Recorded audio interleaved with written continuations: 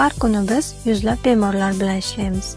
Biz uchun eng muhim narsa bemorlar yuzidagi tabassum va ularning sog'ayishiga yordam berish. Bu rolikda biz klinikamiz hayotini jamoamiz shifokorlari bildirgan fikrlar orqali ko'rsatmoqchimiz.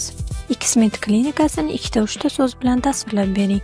Bemorlar shifo topadigan maskan. Erkinlik, o'zaro hurmat. Har bitta bemorga alohida yondashamiz. Ishonch, tizim, professionalizm. Qulay servis, o'z ishini sevuvchi xodimlar. Professional shifokorlar jamoasi.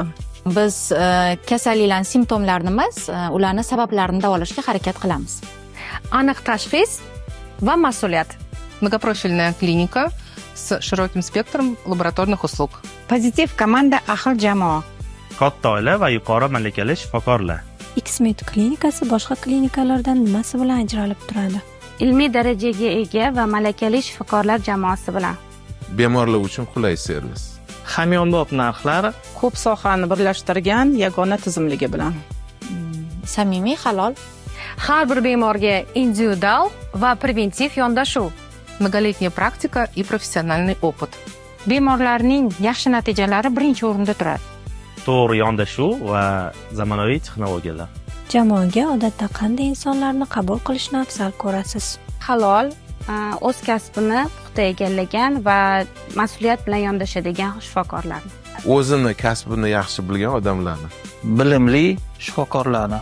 Aqlli, tartibli va jamoamizga nisbatan hurmat e'tiborli insonlarni.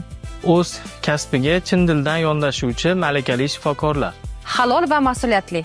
Pozitiv, xushmuomala va ochiq. O'zini ishini yaxshi ko'rgan и punktualniy. Agar pul va obro' bo'lmaganida bu ishni nima uchun qilgan bo'lardingiz?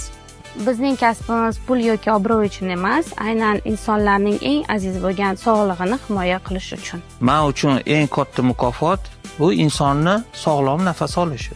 Kasbimni sevishim va bemorlarga foydam tegishim. Avvalam kasbimni sevganim va bemorlarning minnatdorchilik tabassumini ko'rish. Insonlarga foydamiz tegishi uchun. Insonlarga sog'lom hayot kechirishga yordam berish. Klinikada qaysi qoidani buzish eng jiddiy xato hisoblanadi? Noto'g'ri tashxis qo'yish va noto'g'ri davolash. Bemorlarning ishonchini yo'qotish. Eng katta xato bu bemorning ishonchini yo'qotish. Bemorlarga mas'uliyatsiz yondashish. Ichki qoidalarni buzish. Bemorni yuzaki tekshirib, xulosa chiqarish. Yolg'on gapirish. Ishga mas'uliyatsizlik. Bu kasbni davom ettirishingizda sizni nima ushlab turadi?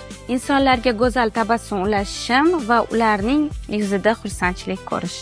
Har bitta bemorning minnatdorchiligini eshitish bu menga ilhom va kuch beradi.